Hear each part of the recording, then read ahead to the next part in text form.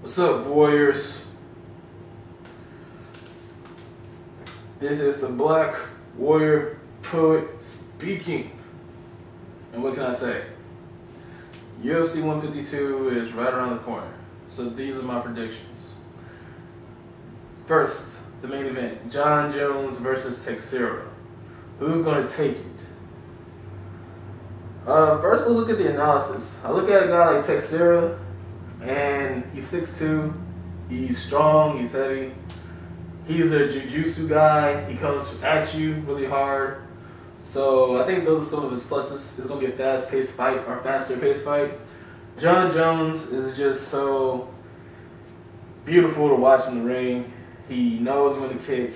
Like, his kicks are ferocious, and he keeps people at a distance. Like, one thing I see about him is when he's fighting against shorter guys, he can keep him at a distance with his kicks and his punches. Plus, he has really good wrestling skills. For Jon Jones to win, just stick to his guns. Keep it varied. Your offense varied. Take people down. For Teixeira to win, he's gonna have to just block the takedowns, and just stay close. Like, don't keep a distance between you and Jon Jones. And since you're a good wrestler, just out wrestle him. Like, just wrestle him and stick to the ground. If you're a good wrestler, just stick to the ground and just wrestle him. But I just think that there's a 70% chance that Jon Jones is going to win this fight. Dana White is clearly trying to rebuild a whole division. Jon Jones came in and destroyed a division in the UFC, and now Dana White is tasked with having to rebuild it. And it's interesting, it's like with the fighters that you have Gustafsson, Jones, the Teixeira guy, Anthony Davis is coming in, and then you have Anthony Johnson and Phil Davis is coming in. So, like, 5 really good guys, and Jon Jones is going to have to face each one of them, starting with Teixeira. I give the advantage to Jon Jones. Because, when people talk about Jon Jones, they talk about his skill set. And when people talk about Teixeira, they talk about his knockout power. And to me, that's just code for he's just really blunt, just really basic, Rampage Jackson type of guy. And they're good, but, just real basic and predictable. Talking about, just knockout power being your only strength, I look at a guy like Anthony Johnson. I like to talk about the Anthony Johnson versus Phil Davis fight.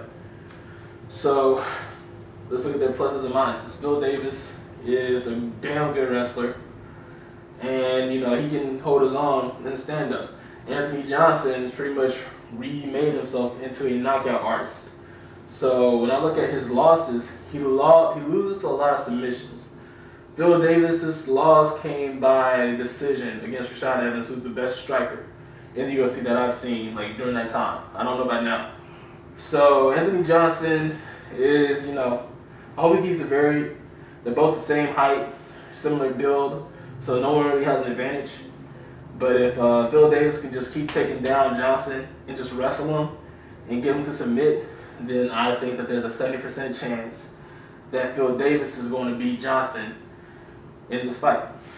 So this is pretty much like a UFC, UFC fan's dream, because you get to see Phil Davis and you get to see Jon Jones on the same pay-per-view. And it's like, someday, sooner or later, these dudes are going to need to collide. Disadvantage for Jon Jones, Teixeira is not a small guy. So when you see him on the ground wrestling, he just manipulates people who are shorter. But since he's only Teixeira's only 2 inches shorter, then I don't really see that being as much of an advantage. But I still think he's going to take the fight. I think Phil Davis is going to take the fight. So just let me know what you think. Comment, subscribe. Until next time. Peace.